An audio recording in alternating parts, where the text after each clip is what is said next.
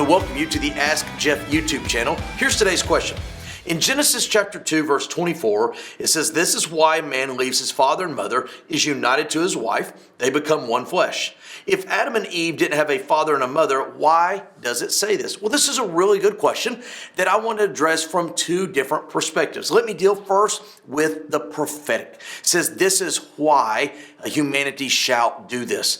Whom we know as the first woman, Eve, actually was not named Eve till you get to the end of chapter 3, which incidentally is after the introduction of sin into humankind and what we call after the fall. She is named Eve because she will be the mother of the living. And we know that from the first child, Cain, then Abel, and then the rest of them, we know that from that point forward, what was projected here in 2:24 of Genesis has come true.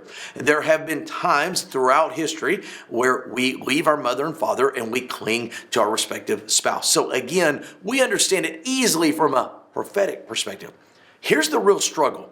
Why is it that Adam would make this statement about his new bride who just come from his side in regards to the fact that he did not have a human mother and father? Here's my take on it. He had just awoken from a deep sleep, and whom we know later as Eve, but the first woman is presented before him.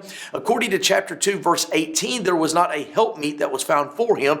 Obviously, she was very suitable because he was thrilled because he said, "This is bone of my bone, this is flesh of my flesh. Therefore shall a man leave his mother and father and shall cling unto his wife." I think one of the immediate responses we need to take is just taking a step back. Who was it that Adam spent his time with prior to the first woman, or whom we know as Eve? Well, yes, there were the animals but he named, but we see this constant dialogue with the Lord. And I think what Adam is saying is that now that woman has come, his main helpmeet, his main comfort, his main person who he will spend life with will be this respective person and not even the Lord. Now, obviously, vibrant relationship, walking in the cool of the day with the Lord, but there was now someone who was bone of his bone and flesh of his flesh, who he was created to live life with. So again, he projected forward for subsequent generations, but I think he also spoke that from this point forward, this is who I will dialogue with. This is who I will live life with. It doesn't remove the relationship I have with the Lord, but it actually enhances it. Great question. If you have one, send it to AskJeff.net. Maybe your question will be tomorrow's.